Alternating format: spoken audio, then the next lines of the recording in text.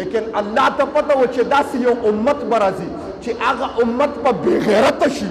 هغه امت په دلګان شي، هغې به بیا د دا قرآن حفاظت نشي کولی او دا قرآن به دې ته داسې سپک شي چې په دنیا کې صاحب قرآن چې د چا په سینه کې قرآن دی د دې به هغه سره په دنیا کې نه لګي، بیا به زموږ دشمنانو یهودو کفارو نصرانیانو عیسایانو ته به پته ولګېږي چې د صاحب قرآن دی عزت نشي کولی، چې د کم انسان په سینه کې قرآن دی، د کم انسان په سر باندې د محمد رسول الله پټکې دی، دا هغه خلک دي چې دې ته کنځلې کوي. زه وایم عالم او حافظ ته کنځلې کول، دا قرآن ته کنځلې کول دي، عالم او حافظ ته کنځلې کول، دا پیغمبر ته کنځل کول دي. داسې یو امت به راشي چې دا به د پیغمبر وارثانو ته کنځلې کوي، دا به د صاحب قرآن خلکو ته کنځلې کوي، دا به د مصلي والا خلکو ته کنځلې کوي، دا به د منبر والا خلکو ته کنځلې کوي. د دې خلکو په نسبت باندې به د قرآن قدر ختم شي، د قرآن منزلت به ختم شي، د قرآن عظمت به ختم شي. یهودو ته به پته ولګي چې دا امت دلګان شو، نن د دې قرآن سوځولی شم، دې کې ایماني غیرت نشته، دې کې ایماني جذبه نشته. که د دې قرآن زه په ګندګۍ باندې وغورځم، د دې ایمان په غیرت کې نه راځي، د دې قرآن په ناله کې وغورځم، د دې ایمان په غیرت کې نه راځي، د دې قرآن په ګندګۍ ډول براز وسوځم، د دې ایمان په غیرت کې نه راځي. دا دلګان امت دی زما محترم، هغې ته پته لګېدلې ده که زه د دې قرآن وسوځم، د دې قرآن وسوځم، نو د دې ایمان دومره قوي نه دی کوم چې د محمد رسول الله د امتیانو ایمان دی. نن به یو سړی ولې زما کتاب سوځي؟ ما خو تورات ته په بدو سترګو نه دي کتلی، زه خو تورات ته هم داسې ګورم لکه قرآن آسماني کتاب دی، زه خو انجیل ته ستا کتاب ته داسې ګورم لکه قرآن آسماني کتاب دی، زه خو زبور ته هم داسې ګورم لکه آسماني کتاب دی. هلکه زه خو چې څومره آسماني کتب دي هغه زما دپاره داسې مقدس و معزز و معظم دي څنګه چې ما دپاره دا قرآن دی. ته څنګه راپاسې چې ته زما قرآن و کتاب سوځې، پته ولګېده چې د دا حکومت حکمرانان بې غیرته دلګان دوسان بې ایمانه شو. نو نن به یو بل سړی راپاسې و د یو حکومت په نګرانۍ کې د یو حکومت په سربراهۍ کې به راځي او ستا کتاب به سوځوي. زما محترمو هغې ته پته ولګېده چې حکمرانان هم بې غیرته دي او مولیان هم بې غیرته دي، مولیان هم دوسان دي و حکمرانان هم دوسان دي. زما محترم یا به زما قرآن هلکه تا چېرته واورېدل په دنیز زمانه کې چې اوسه پورې د عیسی علیه السلام په شان کې ګستاخي شوې ده؟ ولې هغه خلک په خپل ایمان او پیغمبر باندې غیرت کول، اگر که په باطل دي زما محترم په خپل پیغمبر باندې غیرت کوي. تا چېرته واورېدل چې د تورات زبور انجیل په موافق چا بې حرمتي او بې عزتي کړې ده؟ تا دا چېرته واورېده؟ نه به دې اورېدلې چې چا تورات زبور انجیل سوځولي، لیکن جا به جا ستا غوږونو ته به دا اواز رسېږي، په سوشل میډیا باندې دا خبره ډېره چلېږي چې جي قرآن وسوځېده، جي د قرآن بې حرمتي وشوه، جي زما د پیغمبر ګستاخي وشوه، جي زما د پیغمبر په شان کې بې حرمتي وشوه. دا به ته ډېر اورې ځکه غیرو ته پته لګېدلې ده. په نن په مخ ته ځمکه دو عرب مسلمانان په سرزمین کائنات باندې د محمد رسول الله دو عرب امتیان دي، لیکن په دا دو عرب امتیانو کې د یو کمزوري صحابي غوندې ایمان هم نشته. زما محترم هغې ته پته ده چې د 1,24,000 کم وبش دا صحابه دي، داسې انبیان دي او داسې صحابه هم دي چې دا ټول دو عرب مسلمانان راجمع کړي د دې ایمان د یو صحابي ایمان ته نه رسېږي. زما محترمو ته پته ورنه یو صحابي چې په عمر فاروق باندې یادېږي رضی الله تعالی عنه چې ودرېده او توره د کاش نه راویسته، ایماني غیرت داسې و، ایماني جذبه داسې وه چې ټوله دنیا باندې به حکومت و مملکت کو. دا څه کې زما پیغمبر جمله وفرمایله عمره سنو ستا ایمان داسې ایمان دی، ستا ایمان کې دومره قوت دی، قسم دی چې په کومه لار عمر ځي شیطان هغه لار بدله کړي. زما محترم هغه ایمان و.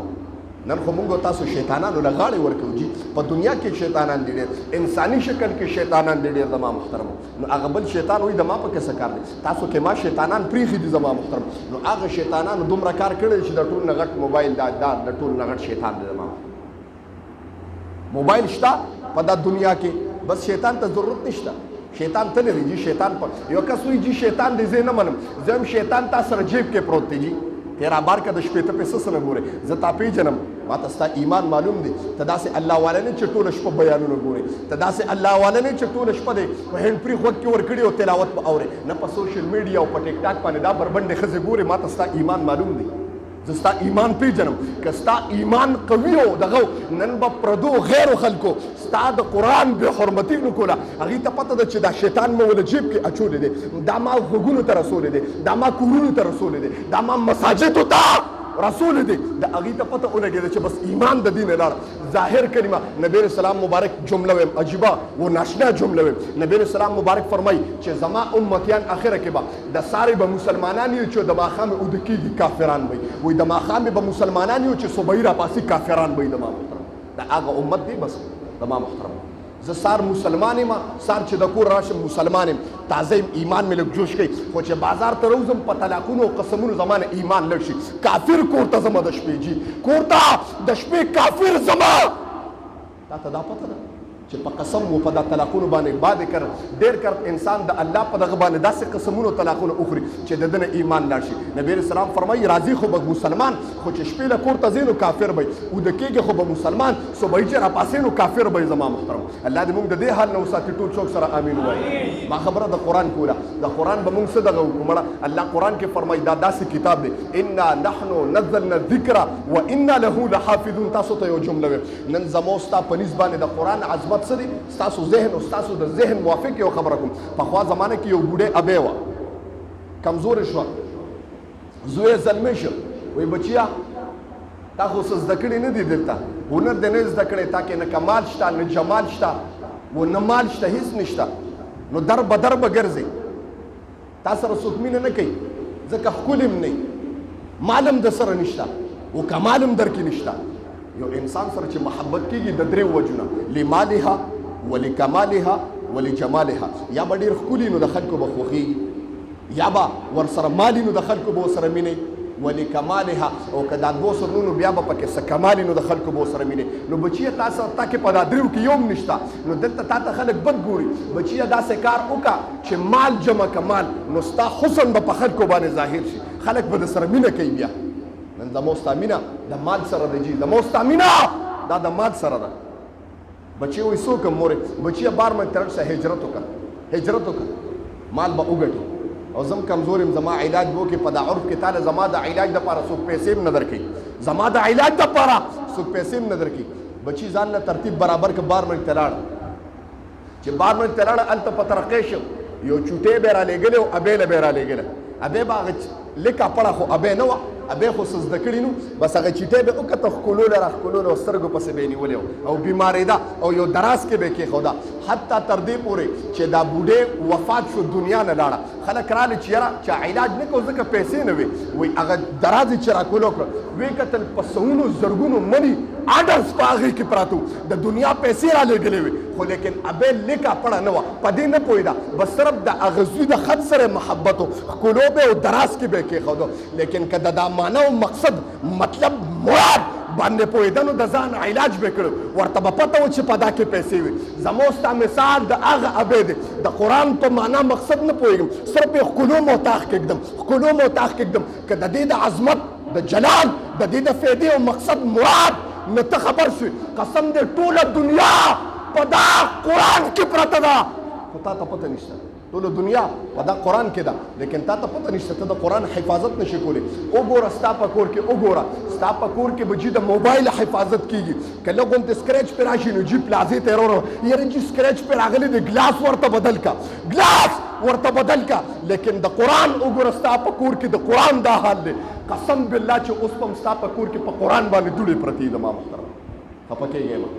زموږ ساده حال او بیا ته به کوم چې جي مسلمان یم اولادام کوم یاره جي خو دا د مه ستا کلمه یاره جي بس خدای به مې بخي نو الله جي ډېر رحیم ذات دی الله رحیم دی ما به بخي جي او به دې بخي خدای به دې وبخي الله ډېر رحیم ذات دی خو تا کې هم رحم پکار دی چې ستا زړه کې هم څه رحم پیدا شو نو انا بس رحیم په تا باندې نبي السلام فرمایي ارحم من فی الارض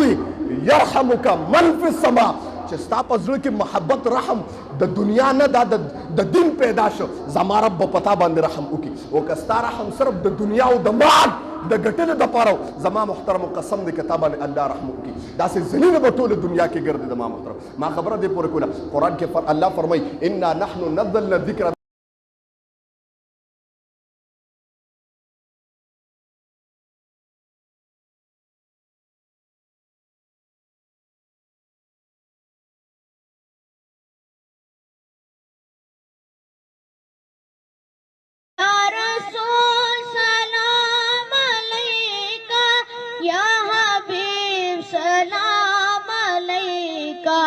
सलाम